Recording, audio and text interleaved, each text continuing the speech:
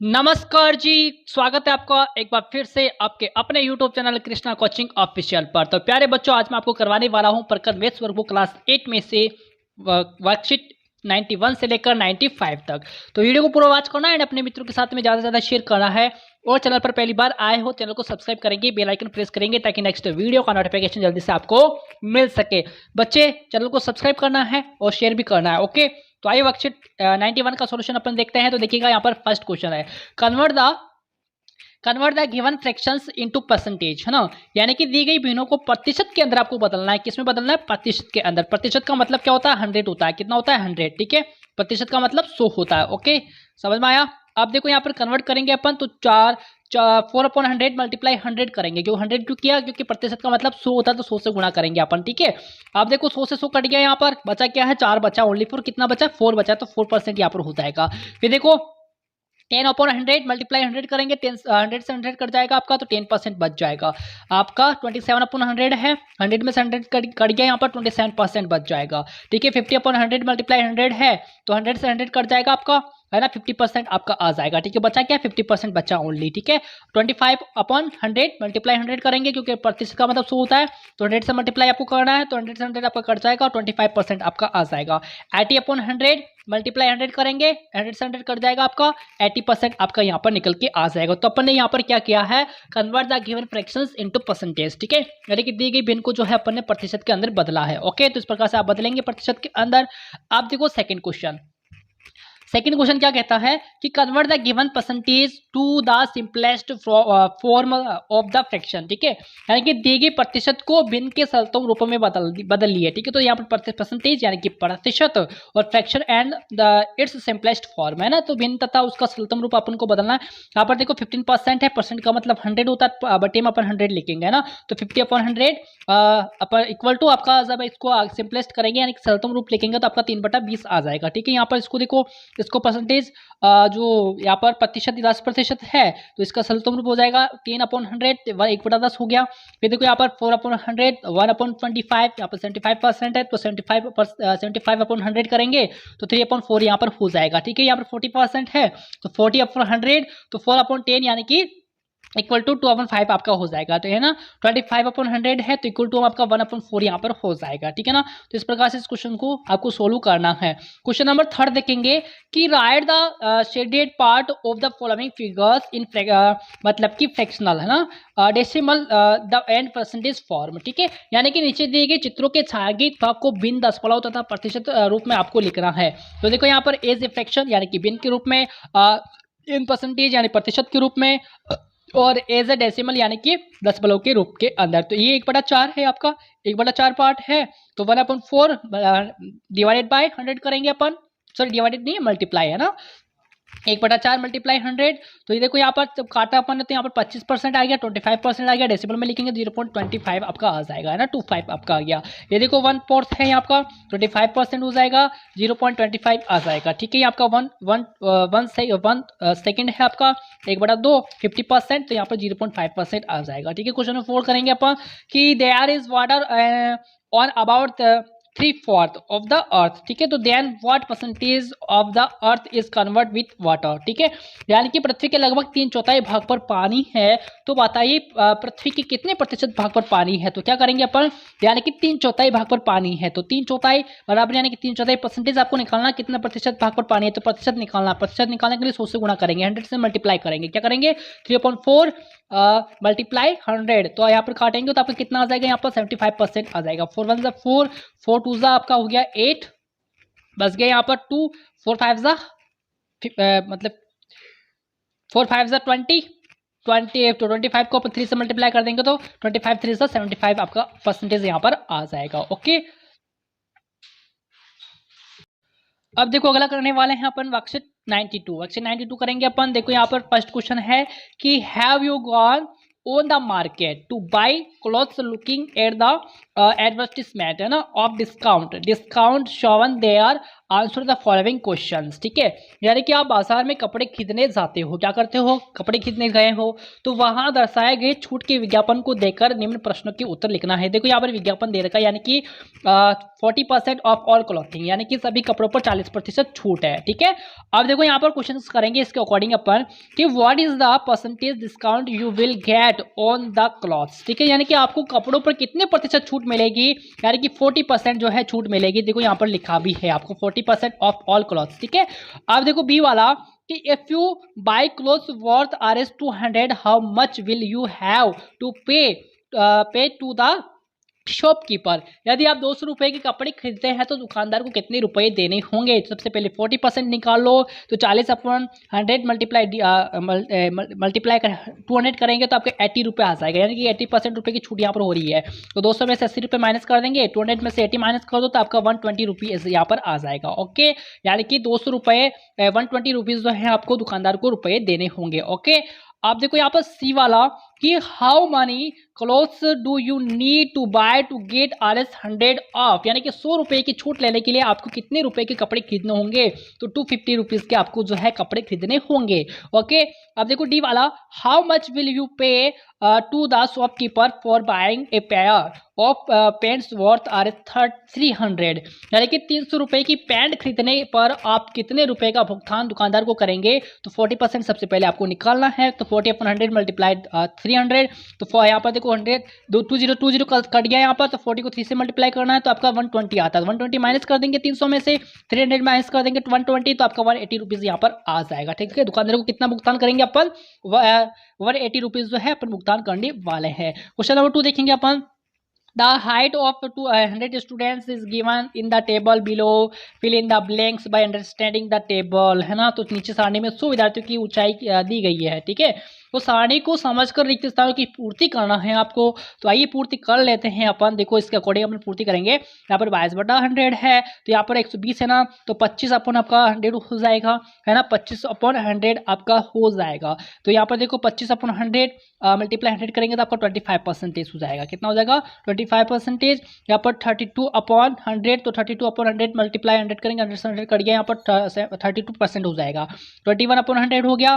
फिर देखो यहाँ पर 21/100 मल्टीप्लाई 100 का 100 कट गया, यहाँ पर 21% हो गया। 100/100 हो गया, तो 100/100 यानी कि 100/100 मल्टीप्लाई 100 करेंगे तो 100 से 100 कट गया, तो यहाँ पर 100% हो जाएगा। ओके, अब देखो क्वेश्चन नंबर 3 है कि Rs 60 have to be paid as text on buying a kurta of Rs 500 from a cloth shop, then what percentage of tax has to be paid, है ना।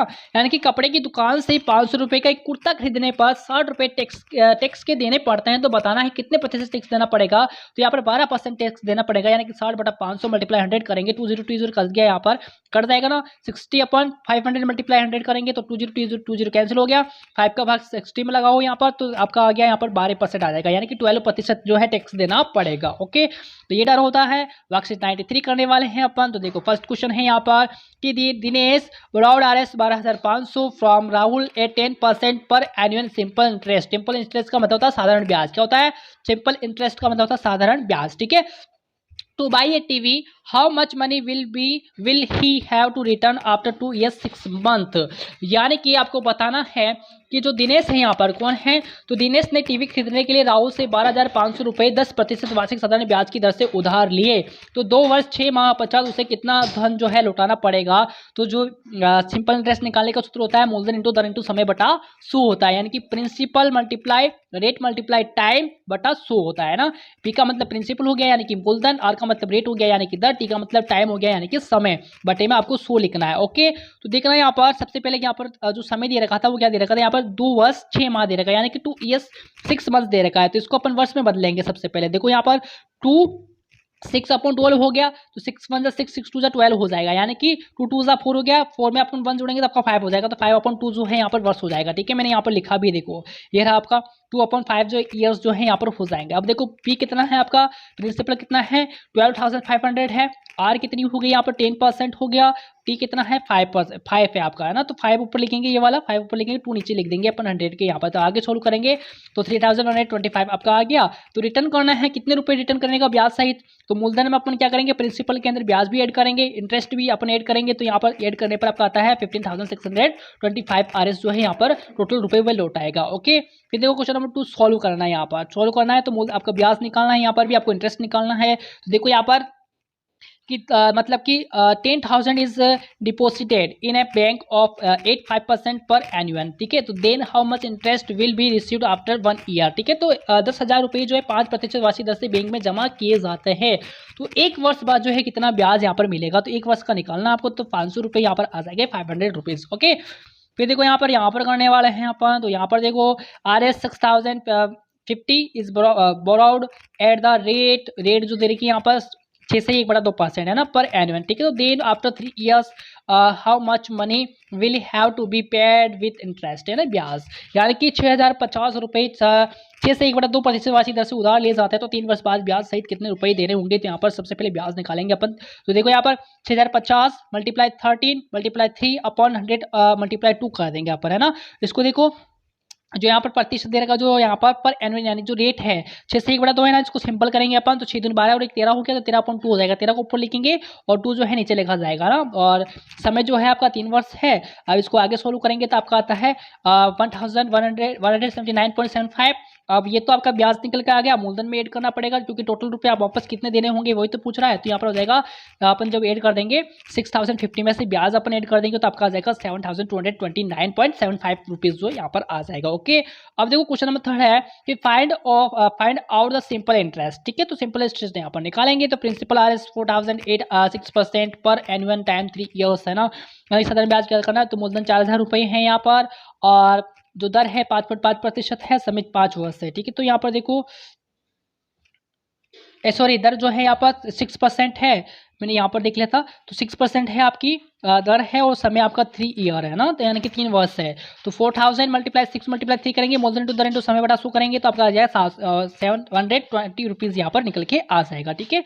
अब देखो सेकंड वाला है यहाँ पर कि प्रिंसिपल इज 908.5 पर एनुअल टाइम 5 ईयर्स, यानी कि मूलधन 900 रुपये है, दर 5.5% है, वार्षिक समय जो है 5 वर्ष यहाँ पर आ जाएगा, ठीक है। तो 900 × 900 × 5.5 × 5 करेंगे तो अपॉन में अपन लिखेंगे 100 × 10 यहाँ पर लिखेंगे। तो पॉइंट को हटाएंगे तो नीचे 10 आ जाएगा आपका, ठीक है। आगे सोल्व करेंगे तो 4,095.2 करेंगे तो आपका आ जाएगा 2,047.5 आंसर यहाँ पर निकल के आ जाएगा। ओके, फिर करेंगे अपन यहाँ पर देखो लास्ट बचा है अपना प्रिंसिपल RS 10,008% पर एनुअल टाइम 4 ईयर्स है। तो प्रिंसिपल कितना है यहाँ पर, मूलधन 10,000 है, 8% दर है यहाँ पर और वर्ष कितना है यहाँ पर 4 ईयर है। तो करो यहाँ पर 2 कर जाएंगे यहाँ पर। तो आप आगे सोल्व करेंगे तो आपको 3200 रुपये निकल के आएगा, 3,200 रुपीज़ यहाँ पर निकल के आ जाएगा। ओके, अब देखो यहाँ पर अगला है आपका वर्कशीट 94 क्या कहता है, फर्स्ट क्वेश्चन देखेंगे। Find the areas of the figures given below, है ना। तो एरिया अपन को ज्ञात यहाँ पर करना है। तो देखो यहाँ पर एक रेक्टेंगल है, क्या है, रेक्टेंगल का एरिया निकालने का आपका सूत्र होता है लंबाई गुणे चौड़ाई, ठीक है। तो लंबाई गुणे चौड़ाई करेंगे तो आपका 18 सेंटीमीटर आ गया, स्क्वायर आ गया यहाँ पर। इसका एरिया निकाले, ये वर्ग है तो भुजा गुणा भुजा होता है, यानी कि साइड मल्टीप्लाई साइड करेंगे अपन, ठीक है। तो इसका जब वर्ग का निकालते हैं अपन स्क्वायर का तब तो करते हैं साइड मल्टीप्लाई साइड। तो करेंगे 4 × 4 आपका 16 सेंटीमीटर स्क्वायर आ गया। ओके, फिर देखो यहाँ पर थर्ड लेंथ विड्थ हो जाएगा, ठीक है। तो यहाँ पर एरिया निकालेंगे तो वही आपका लेंथ मतलब कि लंबाई गुणे चौड़ाई हो जाएगा आपका। तो यहाँ पर 6 है और 2 है यहाँ पर, तो 6 को मल्टीप्लाई 2 से कर देंगे तो 12 सेंटीमीटर स्क्वायर, यहाँ पर आपका 9 सेंटीमीटर स्क्वायर आ गया। फिर देखो यहाँ पर 20 सेंटीमीटर स्क्वायर आ जाएगा, यहाँ पर आपका 4 सेंटीमीटर स्क्वायर आ जाएगा, साइड मल्टीप्लाई साइड करेंगे अपन, ठीक है। फिर देखो दूसरा क्वेश्चन है यहाँ पर the length of A hoarding in the school is 8 meters and the width is 4 meters at the rate of RS 30 per square meter. How much money will be needed to paint this hoarding, है ना। यानी कि विद्यालय में लगे एक hoarding की लंबाई 8 मीटर से चौड़ाई 4 मीटर है, 30 रुपये प्रति वर्ग। पहले तो अपन क्या करेंगे, इसका एरिया निकाल लेंगे, ठीक है। होर्डिंग का एरिया निकालेंगे अपन तो 32 मीटर स्क्वायर निकालेंगे। अब बताना मुझे कि 30 रुपये प्रति वर्ग मीटर के हिसाब से इस होर्डिंग में पेंट करवाने हेतु कितने रुपये की आवश्यकता रहेगी। जो एरिया आता है, जो एरिया क्षेत्रफल आता है उसको अपन 30 से मल्टीप्लाई कर देंगे तो आपका वही आंसर हो जाएगा 960 रुपये। यहाँ पर कितना गया 960 रुपीज़ जो है यहाँ पर आंसर आ जाएगा। ओके, अब देखो क्वेश्चन नंबर थर्ड है आपका कि if the area of A rectangular shape is 18 centimetre square, if each at its sides is doubled, how many times will it's area becomes. ठीक है, यानी कि यदि एक आयताकार है ना, यदि एक आयताकार आकृति का क्षेत्रफल 18 वर्ग सेंटीमीटर तो उसकी प्रति भुजा को दुगुना कर दे तो उसका क्षेत्रफल कितने गुना हो जाएगा, तो यहाँ पर 72 सेंटीमीटर स्क्वायर जो है यहाँ पर हो जाएगा। ठीक है, तो एरिया निकालें, दुगुना करना है अपन को, 2 multiply L multiply 2 multiply W, L की लंबाई गुणे चौड़ाई होगा यहाँ पर, तो 2 को 2 से मल्टीप्लाई करेंगे तो 4 आ गया आपका, 4 मल्टीप्लाई कोष्टक में एल गुना डब्ल्यू लिखेंगे ये वाला, फिर देखो यहाँ पर 4 गुणे जब एल और डब्ल्यू को मल्टीप्लाई करेंगे तो आपका 18 आ जाएगा। ठीक है, कितना आ गया आपका 18 वर्ग सेंटीमीटर दे रखा था यहाँ पर, ये देखो 18, अब देखो यहाँ पर 18 कितना हो गया अपन 72 सेंटीमीटर स्क्वायर यहाँ पर हो जाएगा। ठीक है, फिर देखो क्वेश्चन नंबर 4 है कि is the areas of a rectangle and a square are equal, will their perimeters also be equal, explain your answer with examples, है ना। यानी कि यदि एक आयत एवं एक वर्ग के क्षेत्रफल बराबर हैं तो क्या उसके परिमाप भी बराबर होंगे क्या, तो अपने उत्तर की उदाहरण सहित वाक्य कीजिए। यहाँ पर जो है परिमाप मतलब कि बराबर हो ऐसा संभव नहीं है। ठीक है, तो एरिया ऑफ रेक्टेंगल का निकालेंगे तो आपका 16 सेंटीमीटर स्क्वायर आ गया, पेरीमीटर निकालेंगे परिमाप तो आपका 20 सेंटीमीटर आ जाएगा, है ना। तो बराबर तो नहीं है ना, यहाँ पर वर्ग का भी निकाल के देखो, यहाँ पर 16 सेंटीमीटर आ गया, यहाँ पर 16 सेंटीमीटर आ गया, है ना। तो ऐसा सिंपल मतलब कि ऐसा नहीं है कि बराबर हर बार जो है इसका आंसर बराबर निकले। ठीक है, तो यहाँ पर जो था यही कार्यपत्र आपका 94 था। आई होप क्लास समझ में आई होगी। तो 91 से लेकर 94 तक का जो अपन ने सॉल्यूशन किया है, नेक्स्ट जो है वो जल्दी से मैं लेकर आने वाला हूँ। तब तक चैनल को सब्सक्राइब कर लीजिए, बेल आइकन प्रेस कर लीजिए ताकि नेक्स्ट वीडियो का नोटिफिकेशन जल्दी से आपको मिल सके।